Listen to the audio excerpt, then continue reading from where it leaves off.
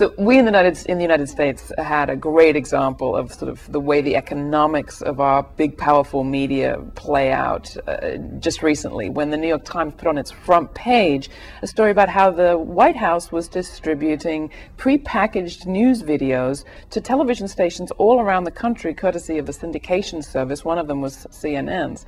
And those television stations around the country are so eager for information and so eager to run tape that they didn't have to pay for, that they would play those prepackaged news releases as if they were news, and even conveniently do the White House the favor of cutting out the ID where the White House correspondent would say, reporting for the Agriculture Department or reporting for the Department of Energy.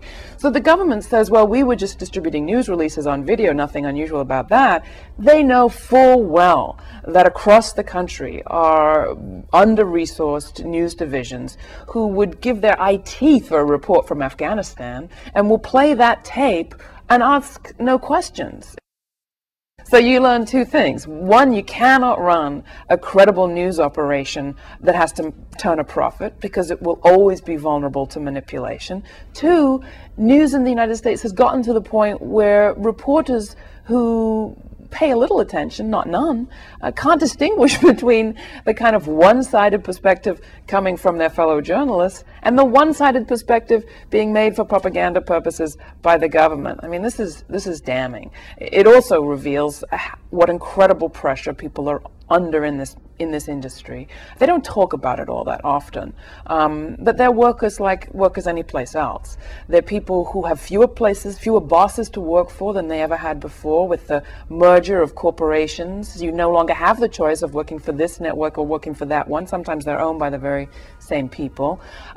You have more work to do in less time, particularly in the news divisions, where the pressure is on to have very, in some of these cable stations, you have very short news turnaround, and they have to make money. So they're tempted to play the celebrity story, play the story that will attract the ratings and therefore the underwriting. If anyone thinks the underwriting pressure is just a subtle thing, they're living in a dream world, and they haven't spoken to people that work in the business. We saw it during the first Gulf War. We saw it again in this last invasion. The first Gulf War, when I was working at the Media Watch Group Fair, we were able to track it directly, that there were memos from the advertisers saying, I don't want to follow a report that talks about people dying in the war. Well, that shrinks your choices about how much attention you're going to give to people dying in the war.